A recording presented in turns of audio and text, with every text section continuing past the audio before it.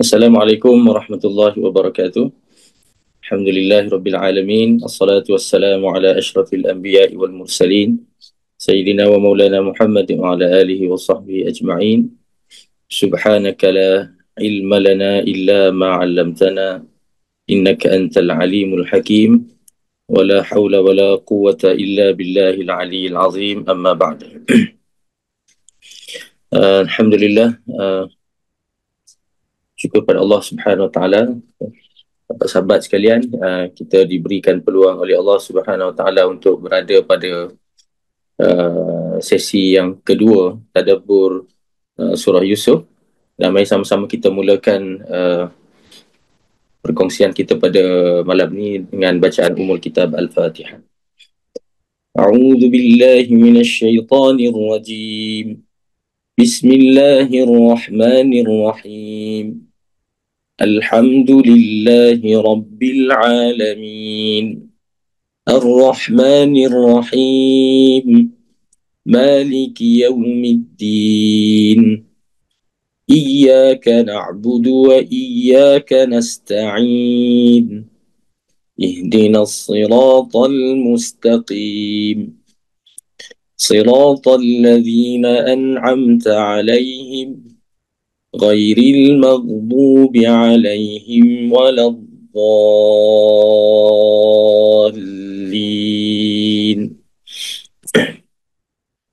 Alhamdulillah, terima kasih kepada sahabat-sahabat, khususnya siswa dan siswi di UiTM kampus Jasin, dan juga sahabat-sahabat yang lain yang mengikuti siri tadabbur kita pada malam ini. Mari sama-sama kita ucapkan syukur kepada Allah Subhanahu Wa Taala. Allah memberikan kepada kita kelapangan masa, dan insya-Allah mudah-mudahan apa yang kita bincangkan ini akan diikuti juga oleh sahabat-sahabat kita yang lain yang tak berkesempatan untuk ikuti secara live ataupun secara dalam sesi online pada malam ni, boleh ikuti melalui rakaman lah. Kita rakam insya-Allah. Walaupun pun kita doakan agar Allah Subhanahu Wa Taala memilih kita tergolong daripada kalangan orang-orang yang mendapat keberkatan daripada duduk dan mempelajari serta mentadabbur ayat-ayat Allah Subhanahu Wa Taala. Ada satu hadis Nabi sallallahu alaihi wasallam, hadis ini diriwayatkan oleh Imam Muslim daripada Abi Hurairah radhiyallahu an. Rasulullah sallallahu alaihi wasallam bersabda, wa majtama'a qaumun fi baitin min buyutillah yatluna kitaballahi wa yatadarasunahu bainahum illa nazalat alaihimus sakinah wa ghashiyatuhumur rahmah wa haffathumul malaikah wa dzakarahumullahu fi man indah. Hadis ini adalah hadis riwayat Muslim. Kata Nabi sallallahu alaihi wasallam, tidaklah satu kaum yang berkumpul di salah satu daripada rumah Allah, yakni masjid Allah, untuk membacakan kitab Allah dan mempelajarinya bersama-sama, melainkan akan turun kepada mereka ketenangan, yakni sakinah, diliputi oleh rahmah, kemudian dikelilingi oleh para malaikat, dan Allah menyebut-nyebut mereka di sisinya, yakni di kalangan al-muqarrabun, malaikat-malaikat yang dekat dengan Allah Subhanahu Wa Taala. Jadi kita mudah-mudahan kita doakanlah sesi kita pada malam ini, walaupun kita tak berada di masjid, tapi kita berada di satu platform ataupun satu ruang maya yang mana di dalam ni tidak ada lain tujuannya adalah untuk mengingati ayat-ayat Allah dan kita mengambil pelajaran serta ibrah daripadanya. Mudah-mudahan Allah berikan kesian belas kepada kita dan pilih kita untuk diberikan keberkatan dan kelebihan itu juga, insya-Allah. Baik, pada malam ini kita nak sambung pada ayat yang keempat hingga ayat yang keenam. Sebelum tu sikit kita ambil apa yang Allah Subhanahu Wa Taala sebut dalam ayat pertama dan ayat ketiga pada sesi yang lepas kita bincang, iaitu Allah Subhanahu Wa Taala memberikan satu khabar kepada Nabi kita melalui surah Yusuf ini, khabar yang mana memberikan kegembiraan, memberikan rasa tenang, memberikan rasa tasliyah ataupun hiburan kepada Nabi, yang mana kita sebutkan pada minggu lepas. Inilah juga adalah hiburan bagi orang-orang yang beriman. Hiburan ketika mana dia dalam keadaan sedih, hiburan dalam keadaan dia sedang dirundung dengan duka, dirundung dengan malang dan sebagainya, yang kadang-kadang merasakan bahawa hopeless ataupun tidak ada hala tuju, tidak ada harapan untuk meneruskan hidup. Bahkan kadang-kadang kita merasakan kita kata kitalah orang yang paling malang dalam pada hari ini, kan? Tapi Allah Subhanahu Wa Taala bawakan kisah ini. Allah Subhanahu Wa Taala sebut, nahnu naqussu 'alaika ahsanal qasas. Kami mengkisahkan kepadamu wahai Muhammad sallallahu alaihi wasallam ahsanal qasas, iaitu kisah yang terbaik, iaitu kisah yang memberi ibrah, memberi peringatan, bahkan membuka jiwa-jiwa yang sempit ini untuk meneruskan kehidupan. Kerana apa? Kerana ada satu poin utama yang kamu kena sedar dalam hidup kamu, sama ada kamu ini dalam keadaan senang ataupun dalam keadaan sukar. Wallahu ghalibun ala amri. Allah adalah Tuhan yang apabila dia merencanakan sesuatu rencana, huwa ghalibun, dia adalah zat yang bertanggungjawab untuk menyempurnakan dia. Tidak ada seorang pun yang mampu menghalangnya. Tidak ada seseorang pun yang mampu untuk menukar apa yang Allah Subhanahu Wa Taala rencanakan. Maka umat Islam yang beriman ini, kita akan tenang apabila kita yakin bahawa jalan hidup kita ini adalah sebuah kisah, dan kisah yang kita perlu untuk lalui ini adalah kisah penghambaan seorang hamba kepada Allah Subhanahu Wa Taala. Dalam keadaan senang ataupun susah, kita sentiasa rasa bahawa diri kita milik Allah dan kita ini sedang diatur oleh Allah Subhanahu Wa Taala. Baik, insya-Allah pada malam ini kita pergi kepada ayat yang seterusnya. Ayat yang keempat, kelima dan keenam. Firman Allah Subhanahu Wa Taala, A'udzu billahi minasyaitonir rajim. Bismillahirrahmanirrahim. إذ قال يوسف لأبيه يا أبت إني رأيت 11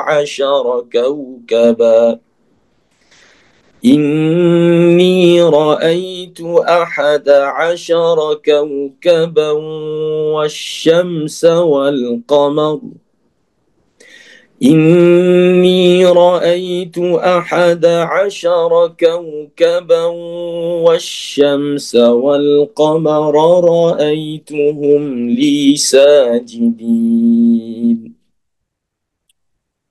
قال يا بني لا تقصص رؤياك على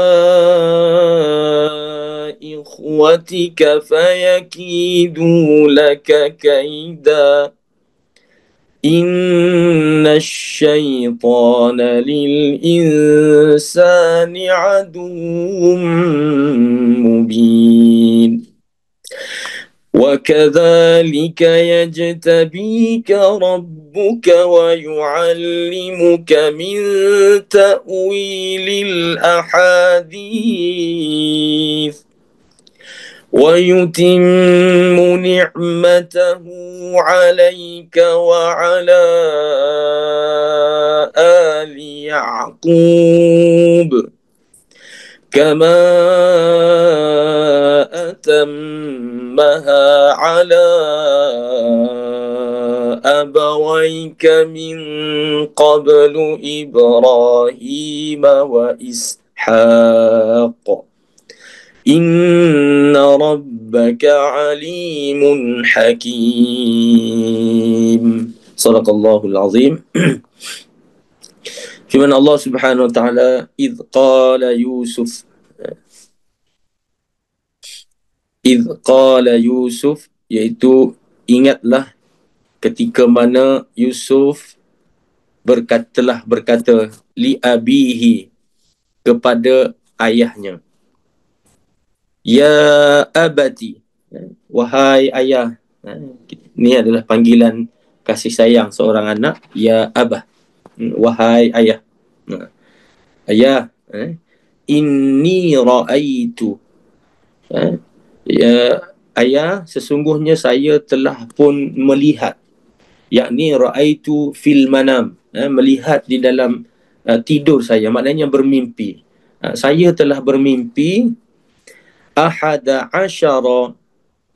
kaukaba, ada 11 bintang, ahada asyara, 11 bintang, wasyamsa, dan ada satu matahari, wal qamar, dan juga ada satu bulan, ra'aituhum, yang mana saya tengok mereka semua ni dalam mimpi itu, ra'aituhum li sajidin, saya lihat dalam mimpi saya mereka semua ini bersujud kepada saya, yakni tunduk kepada saya.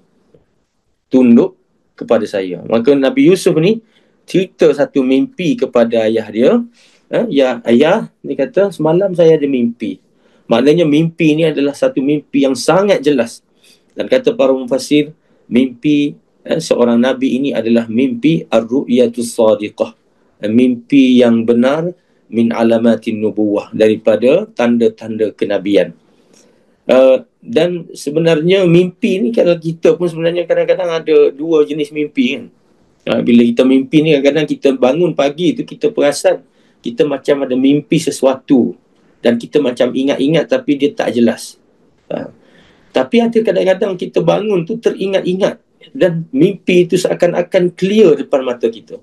Walaupun diri kita ni bukan seorang Nabi, tak layak untuk digelar sebagai Nabi, dan mimpi kita itu bukanlah satu nubuwah, akan tetapi Nabi SAW pernah menyatakan tentang mimpi ini, mimpi itu adalah satu petanda. Maknanya dia boleh ditakbir. Kalau mimpi kita ni jelas, mimpi kita ni sangat clear dan terngiang-ngiang dalam pandangan kita, kadang-kadang dia sebenarnya memberi satu petanda. Cuma tidak ramai orang yang ada kemampuan untuk mentadbir mimpi. Masih ada lagi para ulama kita yang menulis tentang rahsia-rahsia mimpi dan petanda-petandanya. Akan tetapi cerita Nabi Yusuf ini gitulah, dia jelas sangat apa yang dia mimpi, dan dia cerita kepada Nabi ayah dia tadi dalam keadaan yang sangat jelas, dan dia melihat perkara-perkara ini berlaku di dalam mimpinya. Kata Nabi ayahnya, qala ya bunai, wahai anak kesayanganku, wahai anakku sayang, kata Nabi Yaqub, ayah dia ni adalah Nabi Yaqub alaihissalam, la taqsus ru'yak, kamu jangan cerita tau mimpi kamu ni jangan cerita mimpi kamu ni ala ikhwatik, jangan kamu cerita mimpi kamu ni, jangan kamu cerita kepada saudara-saudara kamu. Fayakidu laka kaida, maka mereka pasti akan melakukan satu rancangan terhadap kamu. Baik, kita ambil sini sikit, iaitu ketika mana Nabi Yusuf ini cerita kepada ayah dia. Siapa ayah dia? Ayah Nabi Yusuf ini adalah Yaqub alaihissalam, Nabi Yaqub alaihissalam. Dan Nabi Yusuf alaihissalam ni dia mempunyai 11 orang adik-beradik. 10-nya adalah abang kepada dia, dan seorang adik, dia ada seorang adik lagi yang kecil pada ketika itu. Maknanya ahli keluarga mereka ini ada 12 orang adik-beradik. Nabi Yusuf anak yang ke-11, dan adik dia yang bongsu tu adalah adik yang ke-12. Maknanya ada 12 orang adik-beradik. Inna syaitan, kata Allah Subhanahu Wa Taala, quote kata-kata Nabi Yaqub alaihissalam tadi, jangan cerita ke abang-abang kamu cerita ni. Sebab apa? Ayah bimbang mereka akan merancang satu rancangan yang tak elok kepada kamu. Kenapa Nabi Yaqub cakap macam ni kan? Nabi Yaqub ni kenapa dia cakap macam tu? Dia persepsi dia kepada abang-abang kepada Nabi Yusuf alaihissalam. Nanti kisah-kisah ini dia akan menyingkap kenapa Nabi Yaqub ini terlalu bimbang apabila mendengar khabar ini. Dia adalah satu berita, dan berita ini tidak boleh diberitakan kepada sesiapa, termasuk abang-abang kamu sendiri. Inna syaitan, sesungguhnya syaitan, lil insan, bagi manusia itu, aduwwum mubin, musuh yang sangat nyata. Maknanya sesungguhnya syaitan itu merupakan musuh yang nyata kepada manusia. Kenapa Nabi Yusuf, Nabi Yaqub ni sebut dia kait abang-abang dia ni dengan syaitan pula? Bukan. Nabi Yaqub bukan mengaitkan abang-abang dia ni dengan syaitan tadi. Bukan nak kata, tu jangan cerita kat abang-abang tu semua tu syaitan semua tu. Bukan. Akan tetapi Nabi Yaqub AS dengan kita kata nubuah yang ada pada Nabi Yaqub AS dapat membaca berita ini adalah merupakan berita yang sangat istimewa dan besar, iaitu berita kenabian. Berita yang memberikan khabar kepadanya bahawa Nabi Yusuf AS, anak dia yang seorang ni adalah anak yang akan dipilih oleh Allah untuk menjadi seorang Nabi. Dan title seorang Nabi pada ketika itu adalah title yang kita kata yalah, sampai sekarang pun sangat mulia, tapi ditunggu-tunggu untuk ditanya siapakah Nabi yang kemudiannya akan dilantik. Dan kenapa Nabi Yaqub ni sebut tentang syaitan ni? Nabi Yaqub bukan cerita tentang abang-abang dia ni syaitan, bukan kata anak-anak dia yang lain tu jahat-jahat macam syaitan, bukan. Akan tetapi begini keadaannya ketika mana seseorang itu ditimpa dengan penyakit iri hati, penyakit dengki, penyakit hasad, maka itu adalah ruang-ruang yang boleh membuka jalan-jalan syaitan untuk mengatur sesuatu, merampas kebahagiaan yang didengkinya tadi. Walaupun mungkin orang tu orang baik, mungkin orang tu orang yang biasa, yang kita kata, alah apa salahnya cerita kat abang je kot. Tapi Nabi Yusuf dapat menghidu sesuatu yang mana ni tak boleh main-main. Jangan cerita pada abang-abang kamu. Maka Allah sebut lagi, wa kadzalika yajtabik, dan begitulah yajtabik, Allah telah memilihmu. Allah istafak, Allah memilihmu wahai Yusuf. Siapa yang pilih? Rabbuk, Tuhan kamu. Begitulah Tuhan kamu telah memilihmu. Wa yu'allimuka min ta'wilil ahadith, dan akan mengajarkan kepada kamu satu ilmu daripada ilmu-ilmu Allah, iaitu ilmu mentakwilkan ahadith. Ahadith maknanya perkara-perkara yang bakal berlaku melalui mimpi. Maknanya melalui mimpi salah satunya. Maknanya kalau Nabi Yusuf ni akan diberi kelebihan, bila dengar sesuatu mimpi, dia boleh mentadbir mimpi dengan tepat. Wa yutimmu ni'matah, dan untuk Allah Subhanahu wa ta'ala menyempurnakan nikmatnya alaika, ke atasmu wahai Yusuf, wahai anakku. Wa ala ali Yaqub, dan juga ke atas seluruh ahli keluarga Yaqub. Maknanya satu nikmat yang besar apabila anak ini diberikan darjat kenabian, yang mana bakal mewarisi perjuangan ayahandanya Nabi Yaqub AS, yang mana Nabi Yaqub AS ni adalah merupakan silsilah daripada keturunan Nabi-Nabi juga, iaitu ayah Nabi Yaqub ini adalah Nabi Ishaq. Nabi Ishaq. Dan ayah kepada Nabi Ishaq itu adalah Nabi Ibrahim alaihissalam. Maknanya ini salah silah yang mana keturunan darah juga terpilih sebagai keturunan Nabi dan Rasul. Kama atammaha, sebagaimana yang telah Allah sempurnakan, yakni nikmat tadi, ala abawaika min qablu, ke atas dua orang ayah kamu sebelum ni. Ayah maknanya tok nenek kita sebelum ni. Siapa dia? Ibrahim wa Ishaq. Nabi Ibrahim dan Nabi Ishaq. Inna rabbaka alimun hakim, sesungguhnya Tuhanmu sangat maha mengetahui lagi maha bijaksana. Baik. Begitu Allah Subhanahu wa ta'ala sebutkan tentang bagaimana plot pertama daripada kisah Nabi Yusuf alaihissalam ini, Allah ceritakan di dalam Al-Quran. Maka inilah plot pertama, permulaan takdir, sebuah takdir yang agung untuk diberikan darjat kenabian. Maka melalui mimpi tadi, Nabi Yaqub iaitu ayahnya telah pun dapat satu gambaran wahyu daripada Allah bahawa anaknya ini telah dipilih, besarnya nanti akan dilantik menjadi seorang nabi.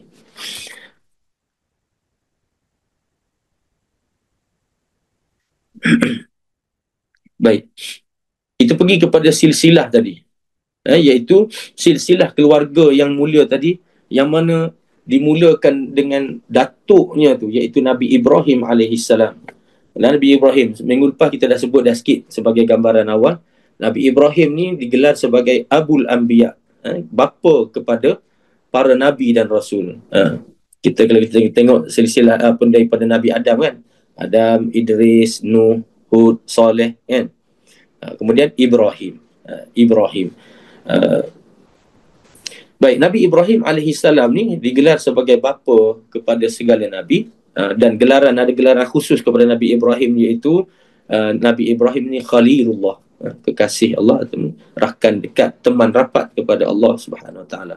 Nabi Ibrahim ni ada dua orang anak yang Allah Subhanahu Wa Taala lantik jadi Nabi, iaitu Nabi Ishaq dan abang dia Nabi Ismail. Tu kisah dia panjang, kisah tu, tapi kita bagi itu sebagai gambaran ya. Nabi Ishaq, anak kepada Nabi Ishaq inilah anak Nabi Yaqub alaihissalam, dan Nabi Ismail tadi, keturunan Nabi Ismail ini berkembang di kota Makkah setelah Nabi Ibrahim diperintahkan oleh Allah untuk bawa anak dia ke Makkah. Kita tahu cerita tu. Nabi Ismail ini ceritanya tentang mak dia Hajar, kemudian cerita tentang Zamzam dan sebagainya. Akhirnya berkembang sebagai satu kota, yang mana Allah sengaja memilih kota tersebut sebagai kota utama dan rumah ibadat yang pertama didirikan di kota Makkah. Nabi Ishaq dan Nabi Yaqub ini membesarnya di Baitul Maqdis. Nabi Yaqub ini membesar dan hidup di kota Baitul Maqdis, setelah mana Nabi Ibrahim alaihissalam ini Allah perintahkan keluar daripada bandar Ur, ataupun kita sebut sebagai Babylon, di Iraq pada satu ketika dahulu. Setelah mana dibakar dan tak berjaya dibakar oleh raja yang zalim tadi, Allah suruh keluar. Allah suruh keluar dan pergi ke Al-Ardul Mubarakah. Al-Ardul Mubarakah, di satu kawasan yang mana kita kenali pada zaman dulu sebagai Syam, dan Nabi Ibrahim alaihissalam menetap di tanah Syam ini, di mana di situlah adanya Baitul Maqdis, dan Nabi Yaqub ini adalah hidup dan membesar di kota Baitul Maqdis tadi. Dan Nabi Yaqub alaihissalam ini ada nama lain sebenarnya, dan Allah iktiraf nama itu di dalam Al-Quran, di dalam suratul Baqarah sebagai contohnya. Nama lain bagi Nabi Yaqub ini adalah Israel. Israel. Kullu ta'ami kana hillal li bani Israel illa ma harrama Israilu ala nafsih. Sehingga akhir ayat. Allah sebut tentang bagaimana makanan yang Bani Israel menganggap itu sebagai haram, sebenarnya bukannya haram sebenarnya, tetapi ia tidak dimakan oleh datuk keturunan dia dulu, iaitu Israel. Israel yang mengharamkan, sebab Israel itu telah pun bernazar kepada Allah, dia takkan makan kalau dia dapat sesuatu yang dihajatkan tadi. Israel di situ adalah Nabi Yaqub alaihissalam. Maka Yaqub ini digelar sebagai Israel, dipanggil juga Israel, dan anak-anak keturunan Nabi Yaqub alaihissalam inilah disebut sebagai Bani Israel. Bani Israel maknanya anak-anak keturunan Israel tadi. Ya Bani Israel, kita akan dengar banyak ayat-ayat dalam Quran Allah sebutkan tentang Ya Bani Israel, wahai anak-anak keturunan Israel. Siapa dia Israel? Nabi Yaqub alaihissalam. Maka yang memulakan silsilah pokok keluarga Bani Israel ini adalah 12 orang anak Nabi Yaqub alaihissalam inilah, yang mana salah seorangnya adalah Nabi Yusuf alaihissalam, dan ada 11 orang lagi adik-beradiknya. 12 orang inilah yang mana berkembang sebagai 12 kabilah Bani Israel. Bani Israel ini nanti ketika mana zaman Nabi Musa alaihissalam, Nabi Musa memimpin Bani Israel ini. Kisah dia tu panjang juga, tapi kalau Ustaz nak ringkaskan, Nabi Yaqub hidup di Baitul Maqdis bersama dengan anak-anak mereka ni. Kemudian melalui kisah Yusuf inilah menjadi turning point kepada penghijrahan beramai-ramai anak-anak keturunan Yaqub ini ke kota Mesir. Nanti kita cerita, nanti kita akan tahu apa cerita tentang Yusuf ni. Mereka berhijrah ke Mesir, mereka tinggal di Mesir dan berkembang di sana, tetapi masih lagi dalam kabilah-kabilah. Maknanya asal usul daripada anak-anak, setiap orang anak Nabi Yaqub ini, dia berkembang sebagai satu kabilah dalam kalangan Bani Israel. Ada 12 puak. Dan 12 puak inilah yang berada di Mesir ketika mana datangnya zaman kita kata pemerintahan Fir'aun. Maka Fir'aun memperhambakan Bani Israel ini di bawah taklukan dia, sehinggalah Allah bangkitkan Nabi Musa alaihi salam bersama Nabi Harun, dibantu oleh Nabi Harun untuk mengeluarkan Bani Israel ini. Siapa? Kita dah nampak dah gambaran Bani Israel ini siapa. Maka Bani Israel ini inilah silsilah keturunan daripada Nabi Yaqub alaihi salam, anak-anak cucu-cucu mereka ni yang telah berkembang biak ni di Mesir. Nabi Musa keluarkan, bawa mereka semua, yang cerita dia menyeberang laut yang terbelah, kemudian masuk ke kawasan tanah Sinai, semenanjung Sinai di sebelah sana Mesir, yang mana sekarang ni Israel. Sebut nama Israel kan, Israel yang jahat ni lah, Israel, negara Israel ni. Kononnya dia nak keluarkan penduduk Gaza ini ke penempatan baru di Sinai. Apa yang ada di Sinai ni? Sinai ni adanya apa? Di Sinai ni hanyalah padang pasir yang tak ada apa-apa. Air pun tak ada, apa pun tak ada. Jadi banyak kisah mereka sebenarnya Bani Israel ini di setting kawasan tu. Nanti sesi akan datang ni, insyaAllah kita akan tengok sikit peta secara ringkas lah kedudukan Mesir dan tanah Baitul Maqdis yang disebutkan. Kemudian setelah keluar daripada Mesir itulah Allah Subhanahu Wa Taala mengarahkan keturunan Bani Israel ini untuk kembali menempati Baitul Maqdis. Dan berlaku banyak cerita kat situ, tapi ringkasnya generasi yang pertama mereka yang dipimpin oleh Nabi Musa AS ni menentang. Mereka tak nak masuk sebab apa? Ada kaum yang sedang kita kata menguasai Baitul Maqdis dan mereka tak sanggup nak berperang dengan mereka. Mereka takut, mereka tak bersedia nak berperang. Bahkan ketika mana perjalanan nak sampai ke Baitul Maqdis dari Mesir ni pun, dalam surah Al-Baqarah macam-macam cerita dan macam-macam karenah yang Nabi Musa terpaksa lalui untuk menghadapi kaum Bani Israel. Tapi kena ingat juga bila kita sebut tentang Bani Israel ini, ia juga merangkumi silsilah kesemuanya keturunan Nabi Yaqub, termasuklah para nabi dan rasul yang dibangkitkan daripada kalangan kaum Bani Israel. Antaranya Nabi Yusuf sendirilah, Nabi Yusuf alaihissalam. Kemudian adik-beradik Nabi Yusuf juga, sebahagian besar para ulama menyatakan mereka lah yang digelar sebagai Al-Asbat. Al-Asbat ni maknanya golongan yang dilantik juga menjadi Nabi selepas daripada peristiwa yang disebutkan dalam surah Yusuf ni. Mereka bertaubat dan sebagainya.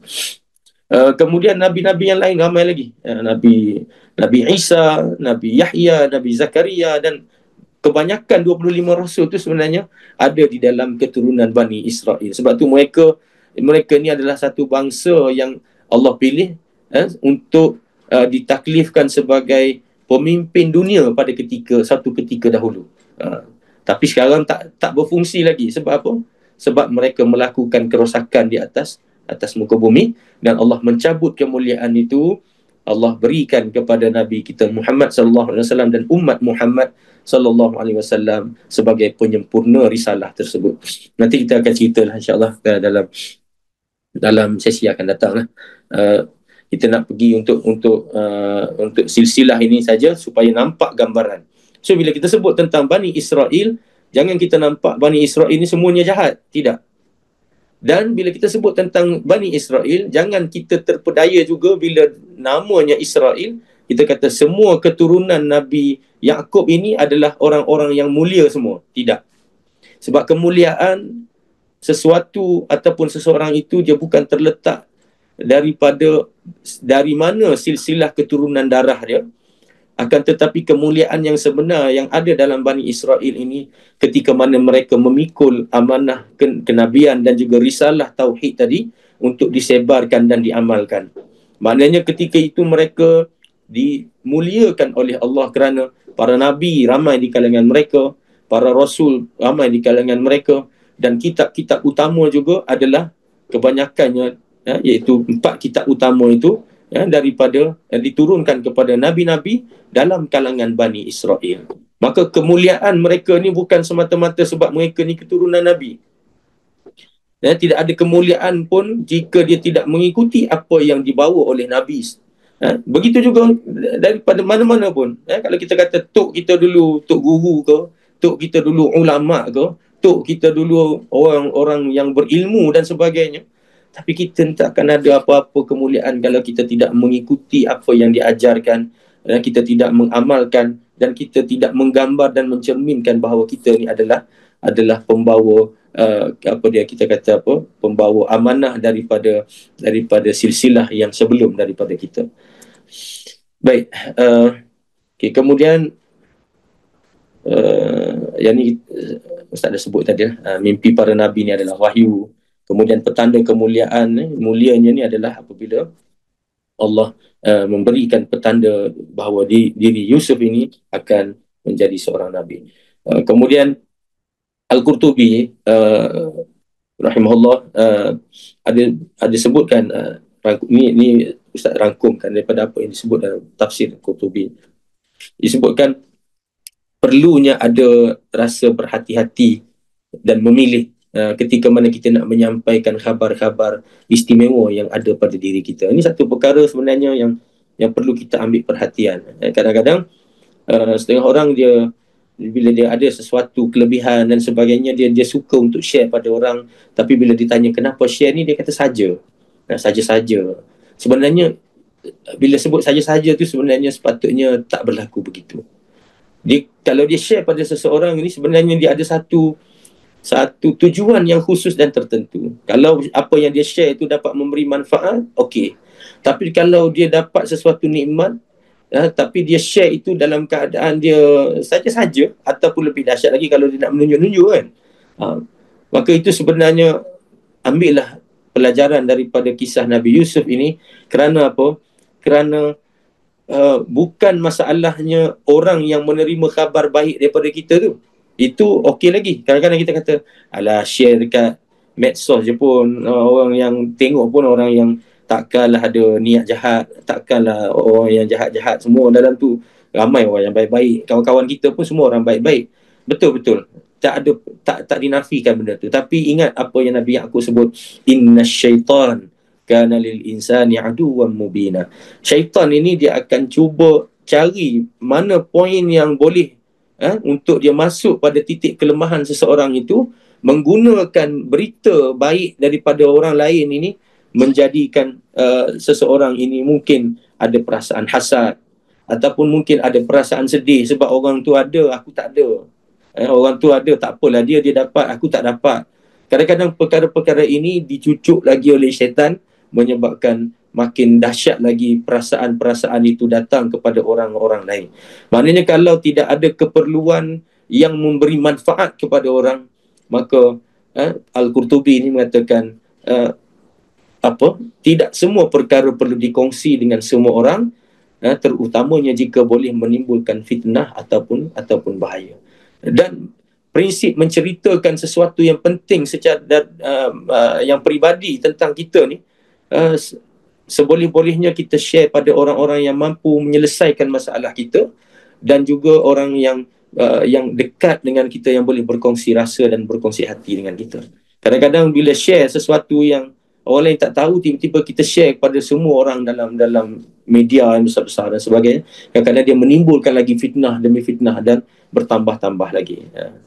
Masalahnya masalah rumah tangga je, Tapi bila share masuk dalam media sosial, kadang-kadang kita pun tak mampu nak kawal, akhirnya berita-berita yang buruk tersebar dan kadang-kadang dia menjadi fitnah yang tak betul pun berlaku, diceritakan pada orang.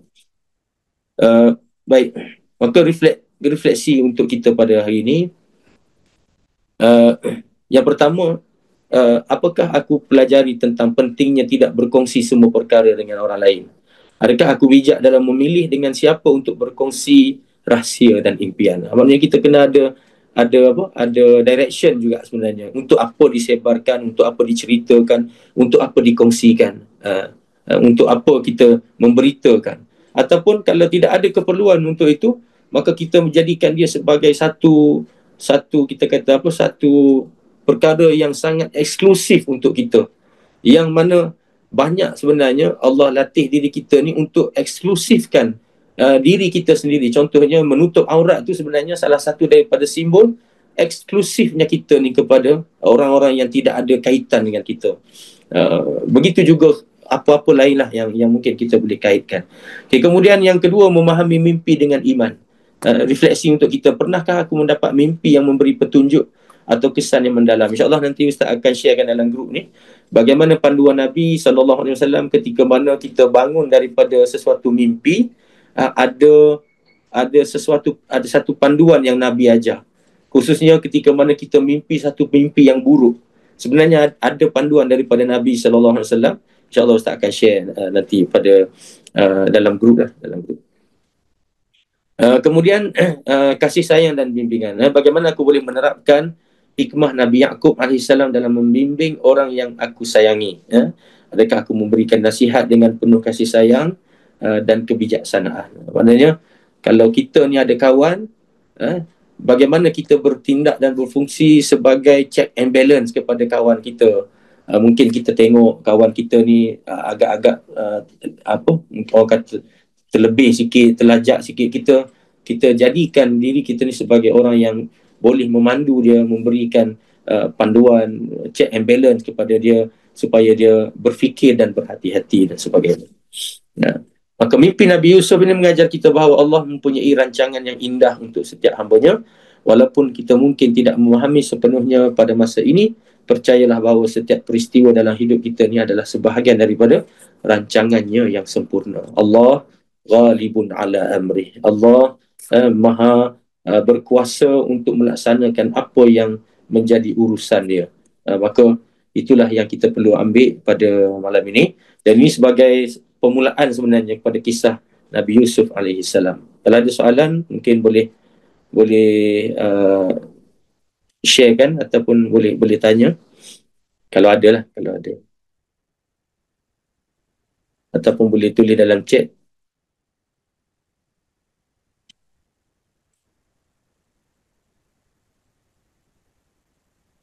Ada kah? Kalau tak ada, rasanya kita boleh berhenti di sini dulu. Dan Ustaz ucapkan banyak-banyak terima kasih, syukran jazilan kepada semua sahabat-sahabat yang berada dalam sesi pada malam ini. Dan insya-Allah kita doakan sesi pada malam ini boleh dimanfaatkan dalam rakaman-rakaman kita nanti insya-Allah, dan mudah-mudahan semua yang berada pada malam ini mendapat keberkatannya bersama insya-Allah. Jadi saya rasa tak ada apa yang kita tak ada persoalan. InsyaAllah kita tangguhkan dulu, dan minggu depan insyaAllah izin Allah Subhanahu Wa Taala kita akan teruskan dengan kisah seterusnya tentang plot-plot dalam kisah surah Yusuf ini. Wallahu ghalibun ala amrih walakin aktsaran nasi la ya'lamun. Allah maha berkuasa untuk bertindak di atas apa yang telah dirancangkan atas urusan-urusannya, akan tetapi ramai manusia yang tidak mengetahui. Mudah-mudahan kita terus menggali hikmahnya untuk kehidupan kita. Aku qouli hadza, astaghfirullahal azim li wa lakum. Assalamualaikum warahmatullahi wabarakatuh. Terima kasih semua. Kita tangguhkan dengan tasbih kafarah dan surah Al-Asr. Subhanakallahumma wa bihamdika nashhadu an la ilaha illa ant nastaghfiruka wa natubu ilaik. Bismillahirrahmanirrahim. Al-'asri innal insana lafi khusr illa alladhina amanu wa 'amilus salihati wa tawassaw bil haqqi wa tawassaw bis sabr. Jazakumullahu khairan katsiran. Insyaallah terima kasih. Assalamualaikum warahmatullahi wabarakatuh.